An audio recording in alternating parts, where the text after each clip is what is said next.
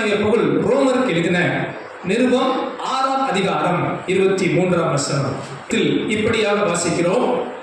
பாவத்தின் சம்பளம் மரணம். அன்பானவர்களே, பாவம் கொடுக்கிற பலன், பாவத்தினால் வருகிற விளைவு மரணம் என்று வேதம் சொல்கிறது. பாவம் என்றால் என்ன? ஒவ்வொருவரும் நாம் ஒவ்வொரு அர்த்தத்தை சொல்லக்கூடும். எதையெல்லாம் பாவம் என்று சொல்லும்போது பல காரியங்களை சொல்லுவார்கள். திருட்டு பாவம், கொலை பாவம், விபச்சாரங்கள் பாவம், இப்படி பல காரியங்களை பாவம் பாவம் பாவம் என்று நாம் சொல்லலாம், நாம் அறிந்திருக்கிறோம். ஆனால் வேத வசனத்தின் அடிப்படையிலே உங்களுக்கு எளிமையாய் பாவம் என்றால் என்ன என்பதை குறித்து புரிந்து கொள்ளும்படி சில காரியத்தை சொல்கிறேன். எது எல்லாம் தேவனுக்கு பிரியமில்லையோ, எது எல்லாம் தேவன் விரும்பவில்லையோ, எதெல்லாம் அவருடைய பார்வையில் அங்கீகரிக்கப்பட முடியாதோ அவையெல்லாம் பாவமே. இன்னும் சற்று புரியும்படி சொல்ல வேண்டுமானால், பாவத்துக்கு எதிர்ப்பதம் பரிசுத்தம். பரிசுத்தமுள்ள தேவனுக்கு விருப்பமில்லாத, பிரியமில்லாத, ஏற்றுக்கொள்ள முடியாத எல்லாமே பாவத்தின் அட்டவணையின் கீழ் வரும். ஆனால் பல நேரங்களில் நாம் ஒரு காரியத்தை குறித்து மிகுந்த கவனத்தோடு இருப்போம். கொலை செய்ய மாட்டோம், திருட்டு செய்ய மாட்டோம், பொல்லாத செயல்கள் நாம் அறிந்ததை செய்ய மாட்டோம். அதை குறித்து இப்படி சொல்லுவார்கள், sin of commission. செய்யக்கூடாத பாவத்தை நாம் செய்ய மாட்டோம். செய்யக்கூடாத பாவம், செய்ய ஆண்டவர் சொல்லியிருக்கிற செய்யக்கூடாத பாவம், கொலை செய்யாதே, விபச்சாரம் செய்யாதே, இது போன்ற பாவத்தை தேவ பிள்ளைகள் நாம் செய்வதில்லை. sin of commission நாம் செய்வதில்லை. செய்யக்கூடாத பாவத்தை இங்கிருக்கிற நாம் யாரும் செய்வதில்லை. ஆனால் பல நேரங்களில் செய்ய வேண்டிய கடமைகளை நாம் மறந்து போவோம். sin of omission என்று சொல்லுவார்கள். செய்ய வேண்டியதை நாம் தவிர்த்து விடுவோம். உதாரணமாக, கர்த்தரை தேடுவதை நாம் தவிர்த்து விடுவோம், ஜெபம் செய்வதை தவிர்த்து விடுவோம். செய்ய வேண்டிய காரியத்தை செய்யாமல் இருப்பதும் பாவமே. செய்ய வேண்டிய காரியங்களை பல நேரங்களில் நாம் ஒதுக்கி விட்டவர்களாய் காணப்படுவோம். அன்பானவர்களே, இந்த காலை நேரத்திலே பாவம் மிக கொடுமையானது. ஒரே மனிதனால் முழு மனுக்குலமும் பாவம் வந்தது. இந்த முழு மனுக்குலத்தை மீட்கும்படி தமது சொந்த குமாரனாகிய ஒரே மனிதனாகிய இயேசுவின் மூலமாய் கர்த்தர் மீட்பை கொண்டு வந்தார். கரங்களை உயர்த்தலாமே சொல்லலாமா? விலையேற பெற்ற ரட்சிப்பை ஆண்டவர் உங்களுக்கும் எனக்கும் கொடுத்திருக்கிறார். நான் ரட்சிக்கப்பட்டு விட்டேன் என்று சொல்லுகிறவர்கள் ஒரு ஆமென் என்று சொல்ல முடியுமா? ஆண்டவரின் பாவத்தை மன்னித்து விட்டார் என்று சொல்லுகிறவர்கள் அல்லேலூயா சொல்ல முடியுமா? ஆண்டவருடைய இரத்தம் எனது பாவங்களை எல்லாம் மன்னித்து விட்டது என்று சொல்லுகிறவர்கள் கரங்களை உயர்த்தி ஒரு ஆமோதித்து அல்லேலூயா சொல்ல முடியுமா? அல்லேலூயா. ஆனால் அன்பானவர்களே, நாம் ரட்சிக்கப்பட்டு விட்டோம், மீட்கப்பட்டு விட்டோம். நாம் இயேசுவினாலே, கிருபையினாலே விலையேற பெற்ற பாவ மன்னிப்பை பெற்றுவிட்டோம். ஆனாலும் சில நேரங்களில், ஏன் பல நேரங்களில் ரட்சிக்கப்பட்ட நாம் துணிகரமாய் சில பாவங்களை செய்து விடுகிறோம். துணிகரமாய் நான் சொன்னது போல செய்யக்கூடாததையும் செய்து விடுகிறோம், செய்ய வேண்டியதையும் செய்ய மறந்து விடுகிறோம். இந்த காலை நேரத்தில் பாவத்தின் விளைவை குறித்து நீங்களும் நானும் புரிந்து கொள்ள வேண்டுமானால், முதல் மனிதன் ஆதாம் பாவம் செய்த போது எதையெல்லாம் இழந்தான் என்பதை ஆதாமின் வாழ்விலிருந்து இன்று நாம் காணப்போகிறோம். இன்றைய காலை நேரத்தில் ஆவியானவர் நம்மோடு பேச விரும்புகிற ஒரு காரியம், ஆதாம் பாவம் செய்த போது எதை இழந்தான்? What did Adam lost when he sinned? ஆதாம் பாவம் செய்த போது எதை இழந்தான் என்பதை குறித்து சுருக்கமாய் சில காரியங்களை உங்களுக்கு வைக்க விரும்புகிறேன். முதல் மனிதனாகிய ஆதாம் தேவனால் உண்டாக்கப்பட்டவன், தேவ சாயலில் உண்டாக்கப்பட்டவன், தேவனோடு கூடவே இருக்க உண்டாக்கப்பட்டவன். அவனுக்கு தேவன் கொடுத்த ஒரே கட்டளை, ஏதேன் தோட்டத்திலே நன்மை தீமை அறியத்தக்க அந்த ஒரே மரத்தின் கனியை மட்டும் புசியாதே என்றார். இன்றைக்கு நாம் நிறைய கட்டளைகளை சொல்கிறோம். அதை செய்யாத, இதை செய்யாத, இப்படி நடக்காதே, அப்படி நடக்காதே என்று ஆயிரங்களை சொல்லி ஐயோ முடியவில்லையே என்று ஏங்குகிறோம். ஆனால் முதல் மனிதனை குறித்து சிந்தித்து பாருங்கள். அவனுக்கு தேவன் கொடுத்த ஒரே கட்டளை என்ன? அந்த நன்மை தீமை அறியத்தக்க பழத்தை மட்டும் புசியாதே என்று சொன்னான். அதை கூட அவன் கீழ்ப்படியாமல் மீறினான், பாவம் செய்தான். பாவம் செய்த போது அவன் வாழ்க்கையில் நடந்தது என்ன? அவன் எதையெல்லாம் இழந்தான்? இதை நாம் அறிந்து கொள்வோமானால் நீங்களும் நானும் பாவம் செய்யும் போது இவற்றை இழந்து போகிறவர்களா இருப்போம். இப்படி இந்த பாவம் கொடுமையானது என்பதை அறிந்து நாம் இன்னும் பரிசுத்தமாக, இன்னும் ஆசீர்வாதங்களை பெற்றுக்கொள்ள, இன்னும் கர்த்தருக்கென்று முன்னேற ஆவியானவர் இந்த காலையில் நம்மை உற்சாகப்படுத்துகிறார். கரங்களை அசைத்து அல்லேலூயா சொல்லலாமா? நாம் ஆதாம் பாவம் செய்த போது எதை இழந்தான்? முதலாவது ஒரு காரியம், ஆதியாகமத்தின் புஸ்தகம் 9ஆம் வசனத்திலிருந்து 3ஆம் அதிகாரம் 9ஆம் வசனத்திலிருந்து வாசியுங்கள். ஆதியாகமம் 3ஆம் அதிகாரம் 9ஆம் வசனத்திலிருந்து வாசிக்கலாம். ஆதாமை கூப்பிட்டு நீ எங்கே இருக்கிறாய் என்றார். அதற்கு அவன், நான் தேவரீருடைய சத்தத்தை தோட்டத்தில் கேட்டு நான் நிர்வாணியா இருப்பதினால் பயந்து ஒளிந்து கொண்டேன் என்றான். அப்பொழுது அவர், நீ நிர்வாணி என்று உனக்கு அறிவித்தவன் யார்? புசிக்க வேண்டாம் என்று நான் உனக்கு. ஆமென். அன்பானவர்களே, முதல் காரியம் சற்று கவனித்து பாருங்கள். ஆதாம் பாவம் செய்த போது எதை இழந்தான்?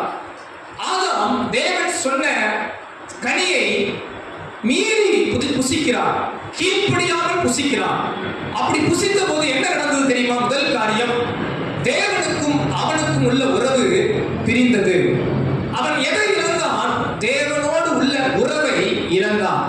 அதற்கு முன்பு வரை வேதம் சொல்லுகிறது, பகலின் குளிர்ச்சியான நேரத்தில் எல்லாம் ஆதாமோடும் ஏவாளோடும் தேவன் உறவாடுகிறவராய் இருந்தார். ஆதாமுக்கும் தேவனுக்கும் உறவு இருந்தது. ஆதாம் ஓடி ஒளியவில்லை, ஆதாம் மறைந்து கொள்ளவில்லை. ஆதாம் எப்பொழுது பாவம் செய்தானோ, செய்யக்கூடாததை செய்தானோ, தேவன் செய்ய சொல்லாததை செய்தானோ, பாவம் செய்தானோ, ஆதாமுக்கும் தேவனுக்கும் உறவு பிரிவினையாய் போய்விட்டது. தேவன் ஆதாமோடு இருந்த உறவிலே ஒரு பிரிவை பார்க்கிறார். இன்றைக்கு தேவன் பேசும்படி வருகிறார், ஆதாமோ ஓடி போய் ஒளிந்து கொண்டான். அவன் ஆண்டவர் முன்பு வரவில்லை, ஆண்டவரோடு பேச வரவில்லை, மாறாக அவன் தோட்டத்தில் ஒரு மூலையில் ஒளிந்து கொண்டான். அன்பான தேவஜனமே, இந்த காலை நேரத்தில் பாவத்தின் விளைவை சற்று பாருங்கள். ஆதாம் பாவம் செய்த போது அவனுக்கும் தேவனுக்கும் உள்ள உறவு துண்டிக்கப்பட்டது. அவன் தேவனோடு உள்ள உறவை இழந்தான். வேதத்தில் பார்க்கிறோம், ஏசாயா தீர்க்கதரிசன புஸ்தகம் 59ஆம் அதிகாரம் 2ஆம் வசனத்தில் இப்படியாக சொல்கிறது, உங்களுக்கும் தேவனுக்கும் பிரிவினையா இருப்பது அக்கிரமங்களும் பாவங்களும் என்று வேதம் சொல்லுகிறது. அன்பான தேவஜனமே, இன்றைக்கு பல நேரங்களில் தேவனை நம்மை விட்டு தூரப்படுத்துவது எது தெரியுமா? பாவம். நாம் தேவனை விட்டு தூரமாக போவது எதினால் தெரியுமா? பாவத்தினால். அன்பு தேவ பிள்ளைகளே, தாழ்மையாய் சொல்லுகிறேன், அன்பு சபையாரே, நீங்கள் செய்கிற சிறு சிறு பாவங்கள் கூட உங்களை தேவனை விட்டு தூரப்படுத்தும், ஆண்டவருடைய அன்பை விட்டு தூரப்படுத்தும், தேவ சமூகத்தை விட்டு தூரப்படுத்தும். அன்றைக்கு ஆதாம் பாவம் செய்த போது தேவ சமூகத்தை விட்டு ஓடி மறைந்து கொண்டான், தேவனோடு உள்ள உறவை விட்டு ஓடி ஒளிந்து கொண்டான். அன்றைக்கு இஸ்ரவேல் ஜனங்கள் யுத்தம் செய்து வரும்போது எரிகோ போன்ற பெரிய பட்டணங்களை வீழ்த்தினார்கள். ஆனால் ஒரு சிறிய பட்டணம், ஆயி என்கிற சிறிய பட்டணம், அந்த பட்டணத்திலே எல்லாரும் போய் யுத்தம் பண்ண வேண்டியதில்லை என்று யோசுவாவும் படை வீரர்களும் 3000 பேரை மட்டும் அனுப்பினார்கள். ஆனால் அந்த யுத்தத்திலே இஸ்ரவேல் ஜனங்கள் தோற்று போனார்கள். காரணம் என்ன தெரியுமா? தேவனுக்கு பிரியமில்லாத பாவம் இஸ்ரவேல் ஜனங்களுக்குள் இருந்தபடியால் தேவன் அவர்களோடு அன்றைக்கு இல்லை. தேவன் அவர்களோடு இல்லாதபடியால் அந்த சின்ன பட்டணத்திலே பலம் வாய்ந்த இஸ்ரவேல் ஜனங்கள் தோற்று போனார்கள். அன்பு தேவ பிள்ளைகளே, ரட்சிக்கப்பட்டவர்களே, ஞானஸ்தானம் எடுத்த அன்பு சபையாரே, அபிஷேகம் பெற்றவர்களே, பல நேரங்களில் நாம் கர்த்தருக்கு பிரியமில்லாததை செய்யும் போது நாம் சந்திக்கிற முதல் இழப்பு என்ன தெரியுமா? தேவனுக்கும் நமக்கும் உள்ள உறவு துண்டிக்கப்படுகிறது. அன்றைக்கு ஆதாம் பாவம் செய்த போது அவன் சந்தித்த முதல் இழப்பு தேவனோடு உள்ள உறவு துண்டிக்கப்பட்டதா இருந்தது. தேவனை விட்டு அவன் தூர போனவனாய் மாறிவிட்டான்.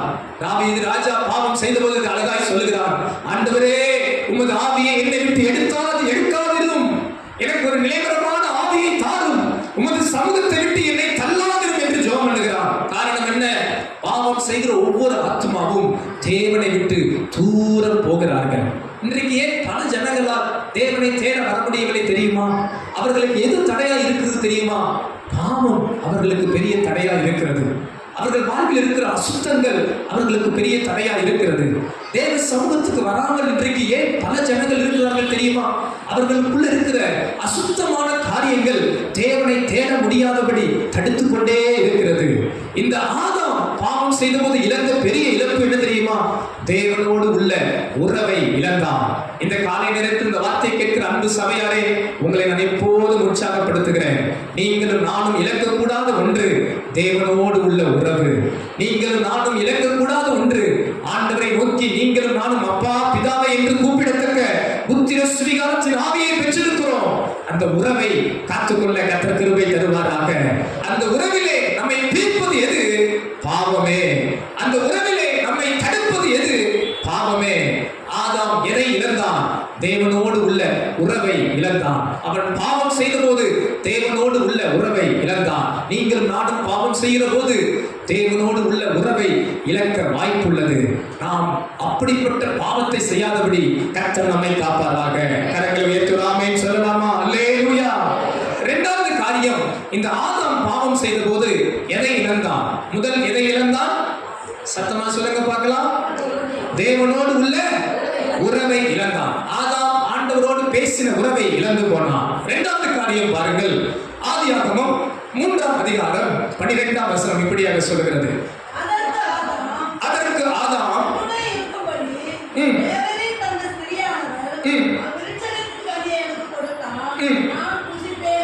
ஆமென். இரண்டாவது காரியம் பாருங்கள், இந்த ஆதாம் எதை இழந்தான்? கொஞ்சம் சிந்தித்து பாருங்கள்.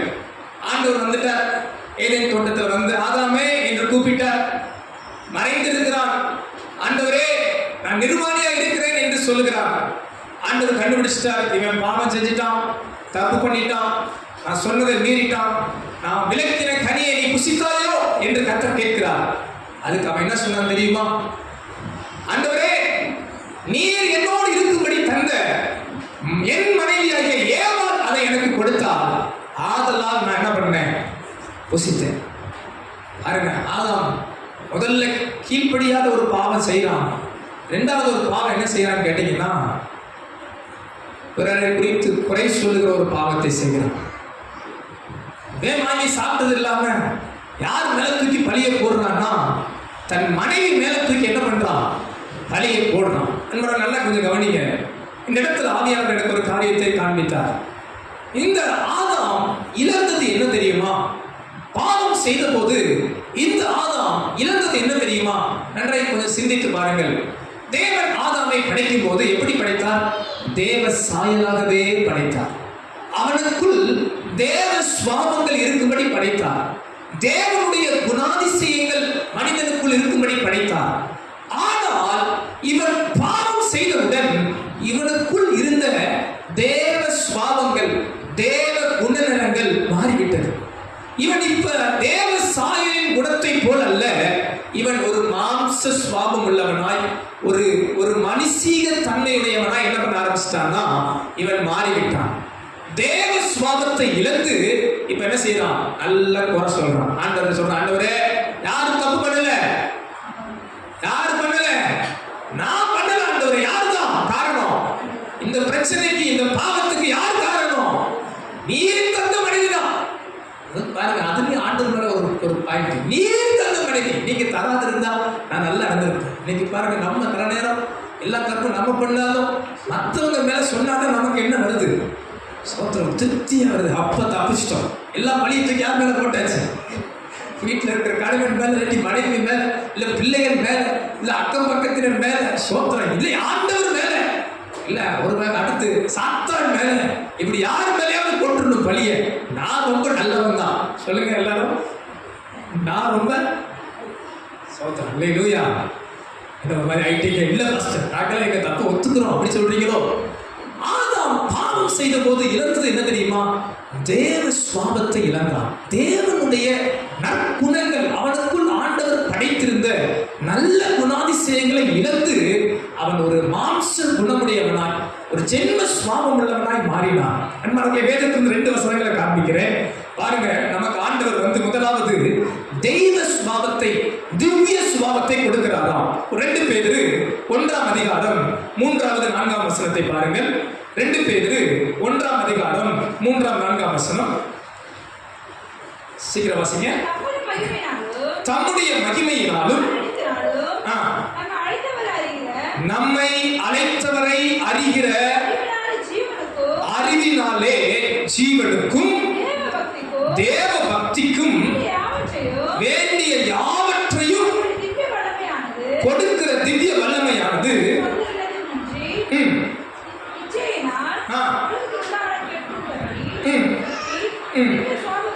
நல்ல கவனிங்க. திவ்ய சுபாவத்துக்கு பங்குள்ளவர்களாகும் பொருட்டு மகா மேன்மையும் அருமையுமான வாக்குத்தத்தங்களும் ஆவைகளினாலே நமக்கு அருளப்பட்டிருக்கிறது. ஒரு ஆமென் சொல்லுங்கள். இந்த வசனத்தை நான் கொஞ்சம் புரியும்படி சொல்றேன். நீங்க வீட்டுல போய் ஒரு 3 முறையா அந்த வசனத்தை நிறுத்தி வாசித்து பாருங்க. ஆண்டவர் அறிகிற அறிவினால கர்த்தர் நமக்கு என்ன தர்றாரா, இந்த ஜீவனுக்கும் நித்திய ஜீவனுக்கும் ஒரு வல்லமையான வாக்குத்தத்தத்தை கொடுக்கிறார். நம்ம சுவாபம் ஒரு திவ்ய சுவாபமா மாறுதான். கடமை ஏற்று ஆமென் சொல்லுங்க. நீங்க இயேசுவை அறிந்து கொண்ட பின்பு, ரட்சிக்கப்பட்ட பின்பு, கர்த்தருக்குள்ள வந்த பின்பு உங்க பழைய வாழ்க்கை மாறி ஆண்டவர் உங்க குணத்தை எப்படி மாத்துறாரா? திவ்ய சுவாபம். சொல்லுங்க. இயேசுவின் சுவாபமா நீங்க மாறுறீங்க. இப்படிப்பட்ட வாக்குத்தத்தம் நமக்கு உண்டு. இப்படிப்பட்ட சாயல்ல தான் ஆதாம் முந்தி படைக்கப்பட்டான். தேவ சாயலில் படைக்கப்பட்டான். கிறிஸ்துவின் சாயலில் அவன் உண்டாக்கப்பட்டிருந்தான். கிறிஸ்துவின் குணநலங்கள் அவனுக்குள் இருந்தது. ஆனால் பாவம் வந்த போது எப்படி மாறுகிறான்? இன்னொரு வசனங்களை பார்க்கலாம். இன்னொரு வித சுபாவம் உண்டு. யாக்கோபு 3ஆம் அதிகாரம் 14-15 வசனங்களை பாருங்க. யாக்கோபு 3ஆம் அதிகாரம் 14. எல்லாரும் எடுத்துக்கொள்ளுங்கள். அந்த வசனத்தை எடுத்து நல்ல நிறுத்தி நிதானமா வாசிங்க. யாக்கோபு 3ஆம் அதிகாரம் 14-15 வசனம். உங்கள் இருதயத்திலே கசப்பான வைராக்கியத்தையும் விரோதத்தையும் வைத்தீர்களானால் நீங்கள் பெருமை பாராட்டாதிருங்கள். சத்தியத்துக்கு விரோதமாய் பொய் சொல்லாமலும் இருங்கள். இப்படிப்பட்ட ஞானம் பரத்திலிருந்து இறங்கி வருகிற ஞானமாய் இராமல் லௌகீக சம்பந்தமானதும் ஜென்ம சுபாவத்துக்குரியதும் பேய்த்தனத்துக்குரியதுமாய் இருக்கிறது. ஒரு ஆமென் சொல்லுங்க பார்க்கலாம். அல்லேலூயா. இந்த வசனம் என்ன சொல்லுது? அப்பா, நீங்க வைராக்கியம், கசப்பு இதெல்லாம் இருந்தா ரொம்ப பெருமை பாராட்டாதீங்க. இது பரத்திலிருந்து வரல. இந்த தன்மை எப்படிப்பட்ட தன்மையா? லௌகீக சம்பந்தம், உலக காரியம், ஜென்ம சுபாவத்தின் காரியம். இன்னும் ஒருபடி மேல வசனம் சொல்லுது. இது என்னவா? இப்படிப்பட்ட குணம்லாம் பேய்த்தனத்துக்கு அடுத்ததுமா இருக்கான். ஒரு பக்கம் பாருங்க, ஆண்டவர் திவ்ய சுபாவத்தை நமக்கு கொடுக்கிறார். பாவம் செய்யும் போது அந்த பாவத்தினால் வருகிற குணநிலை எப்படி இருக்கான்? அது லௌகீக காரியம், உலக சுபாவம், ஜென்ம சுபாவம். இன்னும் ஒருபடி மேல வசனம் சொல்லுது, இது ஒரு பேய்த்தனமான சுபாவம் பா அப்படின்னு வேதம் சொல்லுது. கரமையத்து ராமே நல்லியா சொல்லுங்க பார்க்கலாம். இதுல இருந்து என்ன சொல்ல வர்றேன்னா, நம்ம பாவம் செய்யும் போது தேவ சுபாவத்தை இழந்து போகிறோம். ஆதாம் பாவம் செய்த போது தேவ சுபாவத்தை இழந்து குறை சொல்லுகிறவனாய் மாறி போகிறான். அது மட்டும் இல்ல, அதுக்கு அடுத்து பாருங்க, அவன் சந்ததி பாருங்க, காயின் கொலை செய்கிறான். அடுத்து வர சந்ததியெல்லாம் பாருங்க, மொத்த மனுக்குலமும் பாவத்தில் வேரூன்றி காணப்படுகிறார்கள். நம்மளே பல நேரம் சொல்லுவோம் பார்த்தீங்களா, எத்தனையோ வேதத்துல, எத்தனையோ உலக செய்தியில பாவத்தை பார்க்கும்போது இது மனுஷ குணம் அல்ல, மிருக குணம் உள்ளவர்கள் போல் உலகத்தில் இருக்கிறார்களே. என்ன காரணம்? தேவ சுபாவம் மாறி போய் உலக சுபாவம், ஜென்ம சுபாவம், பேய்த்தனத்துக்கு அடுத்த காரியமா இருக்கிற பல சுபாவங்களை இந்த பாவமான உலகத்தில் பார்க்கிறோம். அன்பான தேவ ஜனமே, ஆதாம் பாவம் செய்த போது தேவ சுபாவத்தை இழந்தான். நீங்களும் நானும் கூட தாழ்மையா சொல்ல முடியும், நீங்க பாவத்துக்கு உட்படும் போது, பாவத்தில் நிலைத்திருக்கும் போது நீங்களும் நானும் தேவ சுபாவத்தை இழக்க வாய்ப்பு உள்ளது. ரட்சிப்பின் சுபாவத்தை இழந்து, ரட்சிப்பினால் வந்த அன்பை இழந்து நாமும் என்ன மாதிரி மாற வாய்ப்பு இருக்கு. பாருங்க, சில நேரம் பார்க்குறோம்ல, ரட்சிக்கப்பட்டவங்க என்ன மாதிரி சண்டை, என்ன மாதிரி வம்பு, என்ன மாதிரி பொல்லாத காரியம் செய்யறோம்? என்ன காரணம்? பாவத்தினாலே வந்த விளைவு. தேவ சுவாபத்தை இழந்து, கிறிஸ்துவின் சுவாபத்தை இழந்து, ஜென்ம சுவாபம், மாம்ச சுவாபம், உலக சுவாபம் உள்ளவர்களாய் மாறி போக வாய்ப்பு உண்டு. அன்பு தேவ சபையே, ஆதாம் இழந்தது போல நீங்களும் நானும் தேவ சுவாபத்தை இழந்து விடக் கூடாது. கிறிஸ்துவை வெளிப்படுத்த தவறிவிடக் கூடாது. கிறிஸ்துவுக்குள் நமக்குள் வந்த அந்த மனம் திரும்புதலுக்கு ஏற்ற கனியை கொடுக்க தவறி போய் விடக்கூடாது. கரம் உயர்த்தி ஆமென் சொல்லலாமா? அல்லேலூயா. அப்ப இரண்டாவது ஒரு காரியம் என்ன? ஆதாம் எதை இழந்தான்? சொல்லுங்க பார்க்கலாம். தேவ சுவாபத்தை இழந்தான். தேவன் தந்த நல்ல குணங்களை இழந்தான். அவன் பாருங்கள், முன்பு அப்படி குறை சொல்லவில்லை, முன்பு அப்படி அவன் முறுமுறுக்கிறவனா இல்லை. எப்போது பாவம் செய்ய ஆரம்பித்தானோ அப்போதிருந்து அவன் குறை சொல்கிறவனாய் மாறிவிட்டான். சொந்த மனைவி மேல் குறை சொல்ல ஆரம்பித்து விட்டான். அன்பு தேவ பிள்ளையே, ரட்சிக்கப்பட்ட பின்பு நமது குணம் மாறினதா இருக்க வேண்டும். ரட்சிக்கப்பட்ட பின்பு நாம் ஒரு தேவ சுவாபத்தை வெளிப்படுத்த வேண்டும், தேவனுடைய குணத்தை வெளிப்படுத்த வேண்டும். எத்தனை பேர் ஆமோதிக்கிறீங்க? அல்லேலூயா. பாஸ்டர், இது எப்படி பாஸ்டர் முடியும்? ஆண்டவரை மாதிரி இருக்க முடியுமா? கர்த்தர் உங்களை மாற்றுவார். அவருடைய கிருபை உங்களை மாற்றும். ஒருவர் கிறிஸ்துவுக்குள் இருந்தால் புது சிருஷ்டியா இருக்கிறார். பழையவைகள் ஒளிந்தன, எல்லாம் புதிதாகின. நீங்களும் நானும் ஒரு புதிதாக்கப்பட்ட வாழ்வு வாழ தேவன் விரும்புகிறார். நீங்களும் நானும் ஒரு மறுரூபமான வாழ்வு வாழ தேவன் விரும்புகிறார். நமது குணம், ஆவியின் கனிகள், அன்பு, சந்தோஷம், சமாதானம், நீடிய பொறுமை, தயவு, நற்குணம், விசுவாசம், சாத்தம், இச்சை அடக்கம், இவைகளில் பெருகவே கர்த்தர் விரும்புகிறார். தெய்வீக சுவாபம், தெய்வீக குணநலங்களை கர்த்தர் நம்மில் எதிர்பார்க்கிறார். எத்தனை பேர் அப்படிப்பட்ட பிள்ளைகளா இருக்க விரும்புகிறீர்கள்? ஆதாம் அதை இழந்தான், இயேசு நமக்கு அதை தந்திருக்கிறார். கரங்களை உயர்த்துவதே சொல்லுவோமா? ஆதாம் தெய்வ சுவாபத்தை, நற்குணங்களை இழந்தான். அன்பு தெய்வ பிள்ளைகளே, நீங்களும் நானும் அதை இழந்து விடக்கூடாது. இயேசு அதை தந்திருக்கிறார். ஆனால் நாம் பாவத்துக்கு உட்படுவோம், ஆனால் பாவத்திலே நிலைப்போம், ஆனால் தெய்வ சுவாபம் மாறி ஜென்ம சுவாபம், உலக சுவாபம், பேய்த்தனத்தின் சுவாபங்கள் மனுக்குலத்தில் இப்போது செய்வது போல நமக்குள்ளேயும் கிரியை செய்ய அது செய்யும் என்பதில் மாற்று கருத்து இல்லை. ஆனால் நீங்களும் நானும் தேவ சுவாபம் உடையவர்களாய் காணப்பட கர்த்தர் விரும்புகிறார். கரங்களை அசைத்து அல்லேலூயா சொல்லலாமா? அல்லேலூயா. ஆதாம் பாவம் செய்த போது எதை இழந்தான்? முதலாவது தேவனோடு உள்ள உறவை இழந்தான். இரண்டாவது எதை இழந்தான்? தேவ சுவாபத்தை இழந்தான். மூன்றாவது காரியம், ஆதியாகமம் 3ஆம் அதிகாரம் 17-18 வசனங்களை பாருங்கள்.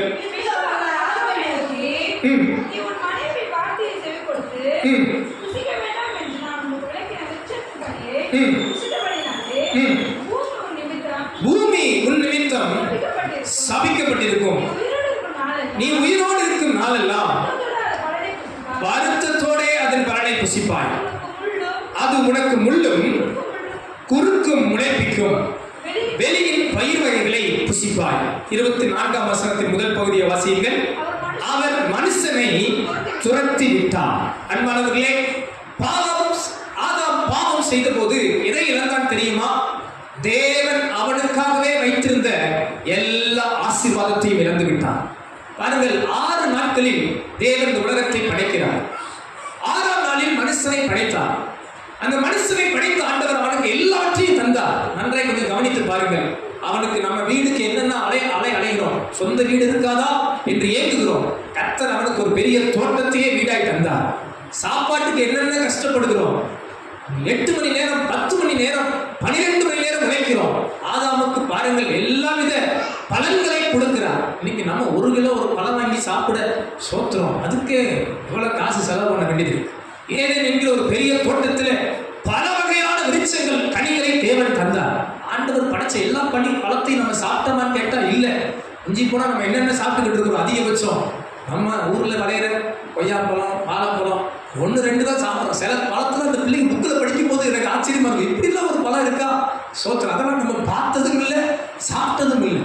சில நாளில் பாருங்க, சில பழங்களை சாப்பிட்டா ஒரு முறை என்று ஒரு நடந்துச்சு. ஏதோ ஒரு பழம் நான் சாப்பிட்டேன், அந்த இனிப்பு சாப்பிட்டுட்டு நான் வாயில் இருக்கும் போதே ஆண்டவர் துதிக்க ஆரம்பிச்சிட்டேன். ஏன்னா இப்படி ஒரு டேஸ்டான பழத்தை என்ன பண்ணியிருக்கிறார் ஆண்டவர் படைச்சு வச்சிருக்கிறாரு அப்படின்னு நான் சாப்பிடவே இல்லை. அந்த ஸ்வீட்டை கண்டு துதிக்க ஆரம்பிச்சிட்டேன். இது பாருங்க, இது அற்பம். நம்ம பார்க்கறதெல்லாம் கொஞ்சம். ஆதாம் ஏவாளுக்காக தேவன் ஒரு பெரிய தோட்டங்களை படைத்து எல்லா வகையான உணவை தேவன் அங்கு வைத்தார். பாருங்கள், வீடு, உணவு, அது மட்டுமல்ல, ஆதாமுக்கு நல்ல லைஃப் பார்ட்னரை கர்த்தரே கொடுத்தார். இன்னைக்கு நம்ம லைஃப் பார்ட்னர் தேடுறோம். அன்பு தேவ பிள்ளைகளே, கர்த்தர் உங்களுக்கு தரது பெஸ்டா இருக்கும். நீங்க எந்த லைஃப் பார்ட்னரையும் தேடாதீங்க. ஆண்டவர் உங்களுக்கு ஏற்ற வேலைகளில ஏற்ற துணையை தருவார். பாஸ்டர் நான் தேடி கண்டுபிடிச்சுக்கிறேன்னு சொல்லாதீங்க. உங்களுக்கு ஏற்ற எலும்பு தேவனுக்கு அறிவார். நீங்க உங்களுக்கு கூட ஒட்டாத ஒரு எலும்பு தூக்கி ஒட்டிக்கிட்டு வாழ்நாளெல்லாம் கஷ்டப்படாதீங்க. உங்களுக்கு ஏற்ற எலும்பு தேவன் தந்தா அது வாழ்நாளெல்லாம் உங்களுக்கு பிளெஸ்ஸிங்கா இருக்கும். எத்தனை பேர் ஆமென் சொல்றீங்க? இல்ல பிள்ளைகளே, இப்ப காலம் படிக்கிற காலம், நல்லா படிங்க. வேலை பார்க்குற காலம், நல்ல வேலை பாருங்க. உங்களுக்கு சரியான நேரத்துல கர்த்தரே தருவார். கரம் விசுவாசத்தோடு ஆமென் சொல்லுங்க. அல்லேலூயா. ஒரு தீர்மானம் பண்ணிக்கங்க, நான் யாரையும் தேட மாட்டேன். யார் என்னை தேடி வந்தாலும் இப்ப அதுக்கான நேரம் இல்லை. ஒரு தீர்மானமா இருந்து வைராக்கியமா இருங்க. கர்த்தர் உங்க வாழ்க்கையை ஆசீர்வதிப்பார். சரி பாருங்க, இந்த ஆதாமுக்கு பாருங்க, தேவன் நல்ல தோட்டத்தை கொடுத்தார், நல்ல சாப்பாடை கொடுத்தார், நல்ல மனைவியை கொடுத்தார், எல்லா ஆசீர்வாதத்தை கொடுத்தார்.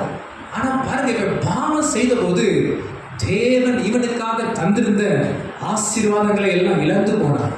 பாருங்க, ஆண்டவர் சொல்றார், உன் நிமித்தம் நீ பாவம் செய்ததால் இந்த பூமி இனி சபிக்கப்பட்டிருக்கும். இது இன்னும் உனக்கு நல்ல விளைச்சல் போல இருக்காது, உனக்கு முள்ளு மாதிரி இருக்கும், இது முள்ளும் குறுக்கும் விளைவிக்கும் அப்படின்னு சொல்லிட்டு ஏதேன் தோட்டத்தை விட்டு கர்த்தர் அனுப்பல. என்ன பண்ணாராம்?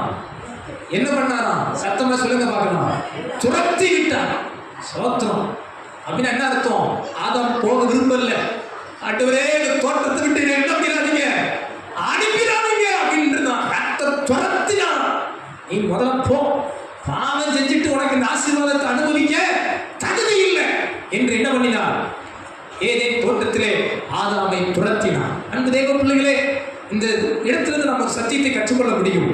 ஆதாம் பாவம் செய்த போது தேவன் அவனுக்காக வைத்திருந்த எல்லா ஆசீர்வாதங்களை இழந்தான். இஸ்ரவேலை ஆசீர்வதிப்பதே கர்த்தருக்கு பிரியம். சகல இஸ்ரவேல் ஜனங்களையும் கானானுக்கு வர தேவன் வாக்குத்தத்தம் பண்ணினார். ஆனால் எல்லாரும் ஆசீர்வாதத்தை சுதந்திரிக்கவில்லை. யோசுவாவும் காலேபும் மட்டும்தான் கானானுக்குள் போனார்கள். என்ன காரணம்? ஏன்? எல்லாருக்கும் தானே வாக்குத்தத்தம், எல்லாரையும் தானே தேவன் அழைத்தார், எல்லாரையும் தானே தேவன் கொண்டு வந்தார் எகிப்திலிருந்து. ஆனாலும் பாருங்கள், எல்லாரும் கானானுக்குள் போகவில்லை. காரணம் என்ன? அவர்கள் வழியிலே பாவம் செய்தார்கள். அவர்கள் கானானுக்கு சுதந்திரிக்க போவதற்கு முன்னே பாவம் செய்தார்கள். அன்பு தேவ பிள்ளைகளே, ஆவிக்குரிய அர்த்தமாய் எகிப்து இவ்வுலகத்துக்கு சமானம். கானான் என்கிற வாக்குத்தத்தம் பண்ணப்பட்ட பூமி பரலோகத்துக்கு சமானம். நாம் இந்த எகிப்திலிருந்து கானானுக்கு செல்லுகிற இந்த ஆவிக்குரிய ஓட்டத்திலே பாவம் செய்வோமானால் அந்த கானானை சுதந்திரிக்க முடியாமல் போய்விடும். ஆனபடியால் நீங்களும் நானும் விழிப்போடு ஜாக்கிரதையோடு இருக்க கர்த்தர் நமக்கு கிருபை தருவாராக. கரம் உயர்த்தலாமே, சொல்லலாமா? இவன் தேவன் வைத்த ஆசீர்வாதத்தை இழந்து போனான். அன்பு தேவ பிள்ளைகளே, இங்க இருக்க ஒவ்வொருவரையும் பார்த்து நான் தாழ்மையா சொல்ல முடியும். உங்கள் மேல் தேவன் பெரிய நோக்கம் வைத்திருக்கிறார். உங்கள் மேல் தேவன் பெரிய திட்டம் வைத்திருக்கிறார். உங்களை ஆசீர்வதிக்கவே தேவன் விரும்புகிறார். உங்களுக்கு வேண்டிய இடம், வீடு, வருமானம், வேலை, தொழில், எதிர்காலம் எல்லாவற்றையும் கர்த்தர் நேர்த்தியாக தர விருப்பத்தோடு இருக்கிறார். ஆனால் அவைகள் பல நேரங்களில் நாம் இழந்து போக காரணம் என்ன தெரியுமா? நாம் அறிந்தோ அறியாமலோ செய்கிற பாவத்தினால் தேவ ஆசீர்வாதத்தை இழந்து போகிறோம். அன்றைக்கு ஆதாம் ஏதேன் என்கிற ஒரு மகிமையான ஆசீர்வாதமான ஒரு விஸ்தாரமான தேவனே தந்த நன்மையை இழந்து போனது போல பல வேளைகளில் நீங்களும் நானும் பாவத்தினால் இழந்து போகிறோம். நான் தாழ்மையா உங்களை உற்சாகப்படுத்துகிறேன். தேவன் இம்மைக்குரிய காரியத்திலும் உங்களை அதிசயமாய் நடத்த வல்லவர், இவ்வுலக காரியத்திலும் உங்களை ஆச்சரியமாய் நடத்த வல்லவர். ஆனால் ஆதாமை போல பாவம் செய்யாதபடி மட்டும் நீங்களும் நானும் நம்மை காத்துக்கொள்ள கர்த்தர் நமக்கு கிருபை தருவாராக. கரங்களை அசைத்துலாமே, சொல்லலாமா? அல்லேலூயா. ஆதாம் எதை இழந்தான்? தேவ ஆசீர்வாதத்தை இழந்தான். அவன் பாவம் செய்த போது தேவன் அவனுக்கு வைத்திருந்த ஆசீர்வாதங்களை இழந்து போனான். கடைசி ஒரு காரியம், ஆதாம் எதை இழந்தார்? அவன் பாவம் செய்த போது. ஆதியாகமம் 3ஆம் அதிகாரம் 19ஆம் வசனத்தை பாருங்கள். நீ பூமியிலிருந்து எடுக்கப்பட்டபடியால் நீ பூமிக்கு திரும்ப மட்டும் நீ மண்ணாய் இருக்கிறாய், மண்ணுக்கு திரும்புவாய். 24ஆம் வசனத்தையும் வாசியுங்கள்.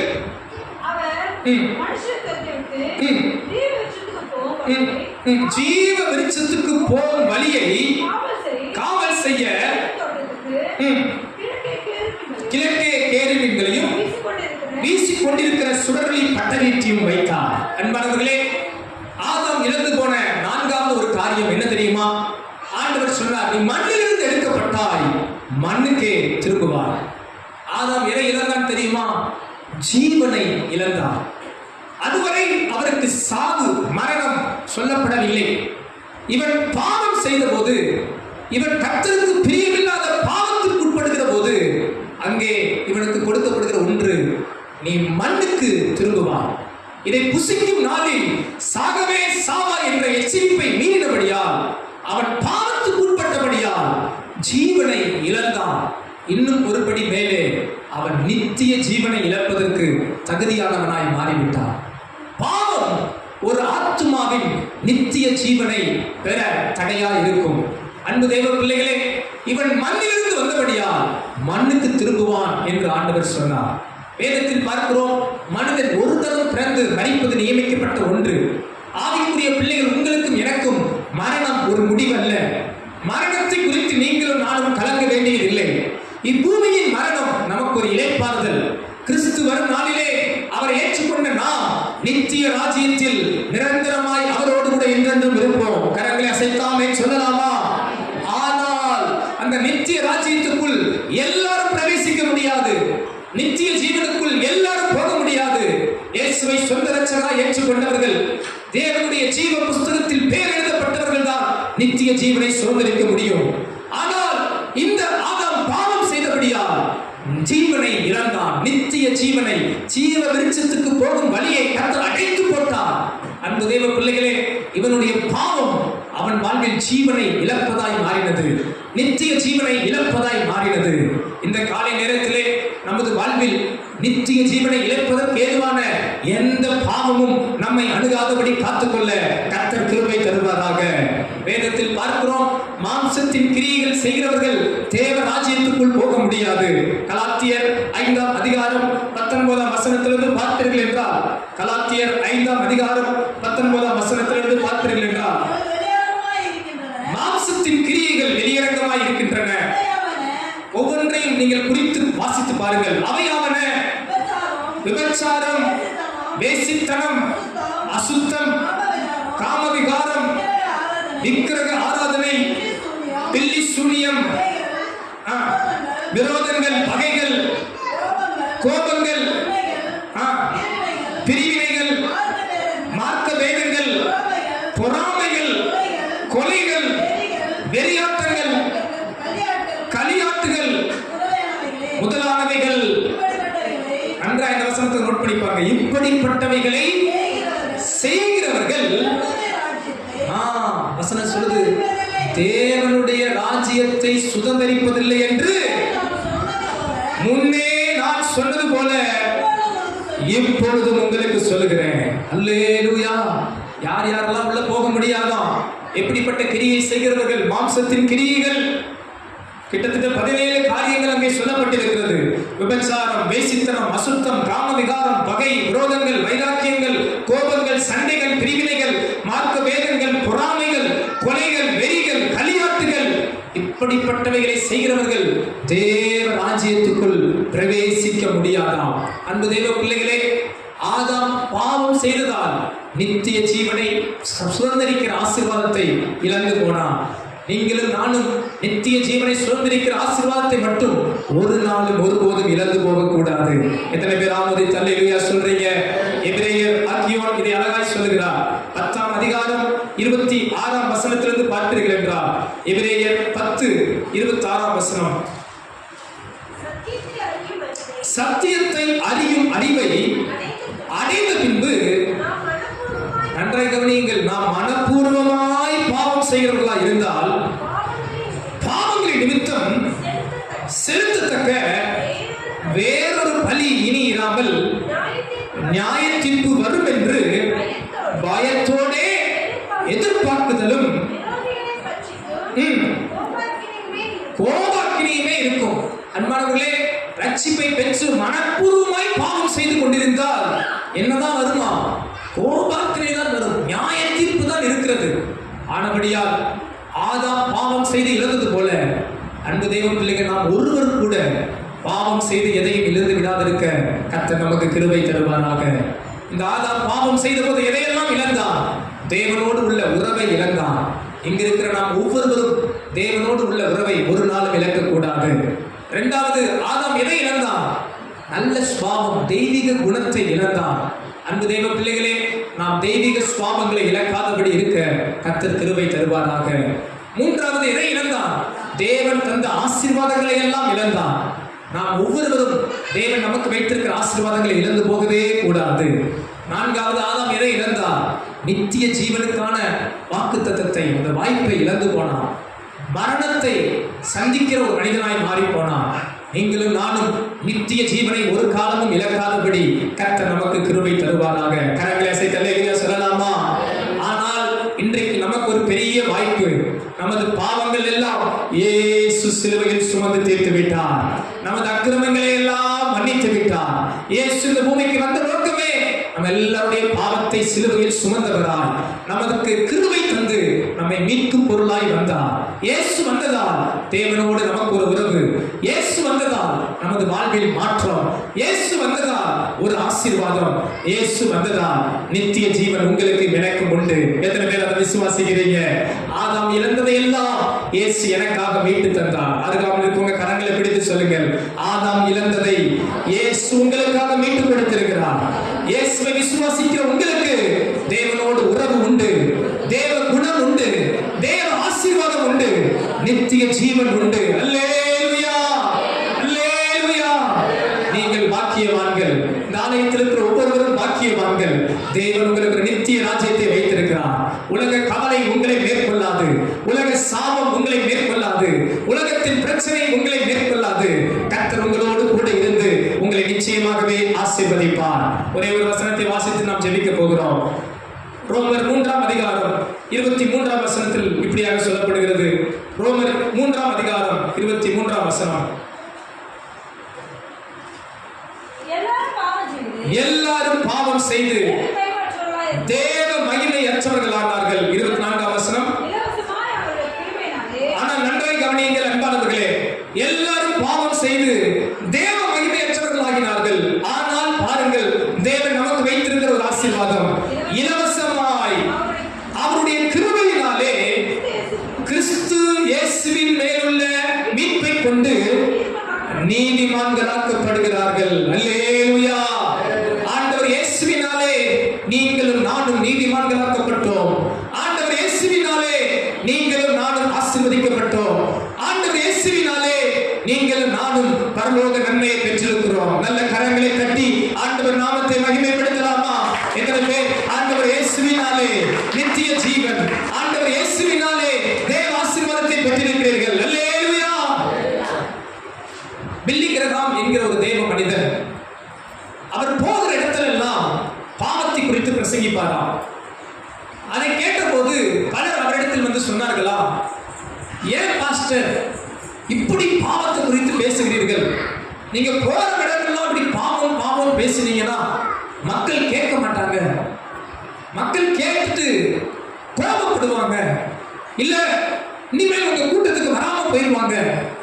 பாவத்தை குறித்து மட்டும் பேசாதீங்க, அத பாவம் சொல்லாம தப்புன்னு கூட சொல்லுங்க, சின்ன தப்புன்னு கூட சொல்லுங்க, பாவம் பாவம் மட்டும் சொல்லாதீங்க என்று இந்த பில்லி கிரஹாம் என்கிற ஊழியரிடத்தில் சொன்னார்களாம். அதுக்கு இந்த பில்லி கிரஹாம் என்ன சொன்னாராம், சரி நீங்கள் சொல்வது போல இனி நான் பேசுகிறேன், பாவம் என்று சொல்லாமல் சின்ன தப்பு என்று சொல்கிறேன், சின்ன தவறு என்று சொல்கிறேன். ஆனால் நீங்களும் எனக்கு ஒரு காரியம் செய்ய வேண்டும்.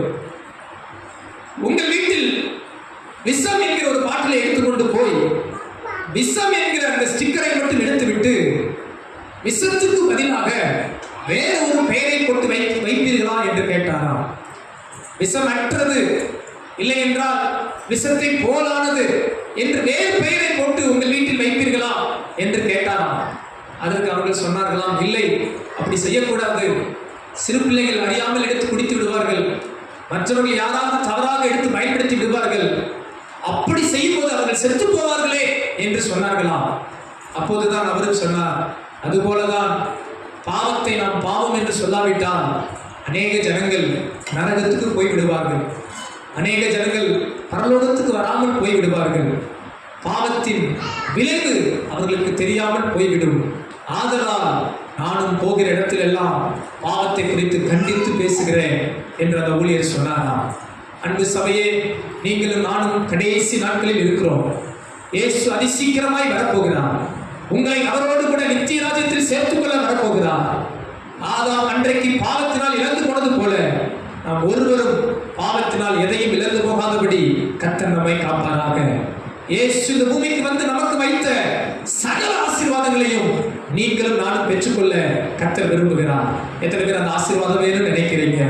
இயேசுவினால் உண்டான சகல ஆசீர்வாதம், தேவனோடு உள்ள உறவு, தெய்வீக குணநலங்கள், தேவன் இந்த பூமியில் எனக்கு வைத்திருக்கிற ஆசீர்வாதம், நித்திய ஜீவனுக்கு ஏதுவான ஆசீர்வாதம் எனக்கு வேண்டும் என்று சொல்லுகிறவர்கள் அப்படியே எல்லாரும் கண்களை மூடி இருக்கிற வண்ணம் அவர்கள் மாத்திரம் கரங்களை உயர்த்தி, ஆதாம் இழந்ததை நான் இழந்து போகக்கூடாது, ஆதாம் இழந்ததை இயேசு கிறிஸ்துவின் மூலமாய் நான் பெற்றுக்கொள்ள வேண்டும் என்று சொல்லுகிறவர்கள் மாத்திரம் கையை உயர்த்தி அப்படியே ஸ்தோத்திரம் பண்ணுவோமா?